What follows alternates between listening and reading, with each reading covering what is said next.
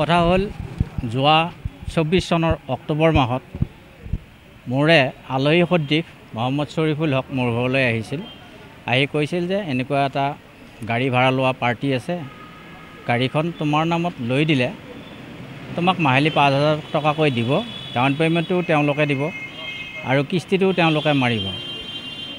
সেই কথাষাৰ কোৱাৰ পাছত মোৰ এজন সৰু ভাইটি আছিলে, যিজন ৰোগীয়া হয়, তেওঁ ঘৰৰ চলাৰ অসুবিধাৰ কাৰণে সেই অফাৰটো যেতিয়া পাইছিল এটা ভাল অফাৰ পোৱা বুলি ভাবি তেওঁৰ সম্পূৰ্ণ ডকুমেণ্টছখিনি লৈ যায় তেওঁলোকে সেই শৰীফুল হকে অংকুৰ গগৈ নামৰ ল'ৰাজনক গাড়ীখন মহিন্দ্ৰ ডিলাৰ ৰঙিয়াৰ পৰা উলিয়াই দিছিল।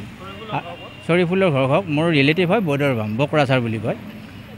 তাৰপিছত গাড়ীৰ কিস্তি অক্টোবৰত ফাৰ্ষ্ট কিস্তিটো দিলে, নৱেম্বৰত দিলে, তাৰ পাছত আজিলৈকে কোনো এটা কিস্তি দিয়া নাই। তাক ফোন কৰিলেও ফোন ৰিচিভ নকৰে। তাৰপিছতে ফাইনেন্সৰ মানুহ ইফালে বাৰেপতি আহি থাকে। এতিয়া 5টা কিস্তি হৈ গ'ল, মাত্ৰ 2টা কিস্তিয়ে দিলে। গতিকে ঘৰখন বিপদত পৰি আছে। ফাইনেন্সৰ মানুহ সদায় আহে, সদায় প্ৰেছাৰ দিয়ে, কাৰণ সেইটো ফাইনেন্সৰ মানুহৰ দায়িত্ব, কাৰণ গাড়ীখন মোৰ ভাইটিৰ নামতহে লৈছিল। গতিকে অংকুৰে আজি গুৱাহাটীত কি গেম খেলিবৰ কাৰণে আজি কিস্তি দিম বুলি কিন্তু যোৱাকালি আমাক মোটামুটি 4জন মানুহ মাতিছিল। কিন্তু তেতিয়া মই শৰীফুলক কৈছিলোঁ যে সিহঁতে ইমান ডাঙৰ এটা এনেকুৱা বদমাচি কৰি আছে, যেতিয়া মোক 4জনক ৰুমৰ ভিতৰত সোমাই শ্বুট কৰাটো কোনো ডাঙৰ কথা নহয়। আৰু যিহেতু সিহঁতৰ কোটি কোটি টকাৰ আত্মসাৎ কৰি বা ধ্বংস কৰি সৰু মানুহক বিপদত পেলাই তেওঁলোকৰ জীৱন বিলাসিতাৰে মদ ভাং খাই জীয়াই আছে। গতিকে মদ ভাঙুৰিৰ বন্ধুত্ব টাউনত বহুত থাকে। গতিকে মই কিন্তু আমি 2-3জন গৈ তেওঁৰ ৰুমত আমি হাজিৰ হ'ব নোৱাৰোঁ। গতিকে তাৰ এটা নিশ্চয় মাষ্টাৰ প্লেন কৰা মানুহ আছে, তেওঁৰ লগত গেং বহুত ডাঙৰ ডাঙৰ মানুহ আছে। মাজে সময়ে তেওঁ কৈ থাকে যে মোৰ বহুত হাতীয়াৰধাৰী পাৰ্টিও আছে। গতিকে তেনে ক্ষেত্ৰত আজি গুৱাহাটীলৈ যাব আহিছিলোঁ। চাৰিআলিত গম পালোঁ যে মঙলদৈ আৰক্ষীয়ে তেওঁক অলৰেডি গ্ৰেপ্তাৰ কৰিছে। সেয়ে আমি গুৱাহাটীলৈ নগৈ বৰ্তমান আমি মঙলদৈ থানাত তেওঁৰ বিৰুদ্ধে কেছ দিবৰ কাৰণে আহিছোঁ।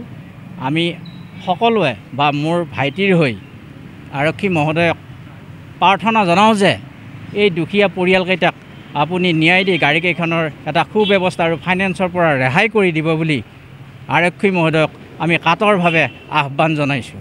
গগৈ বৰ্তমান মই দেখি আহিছোঁ, তাৰ ভিতৰত আছে, থানাৰ ভিতৰত আছে।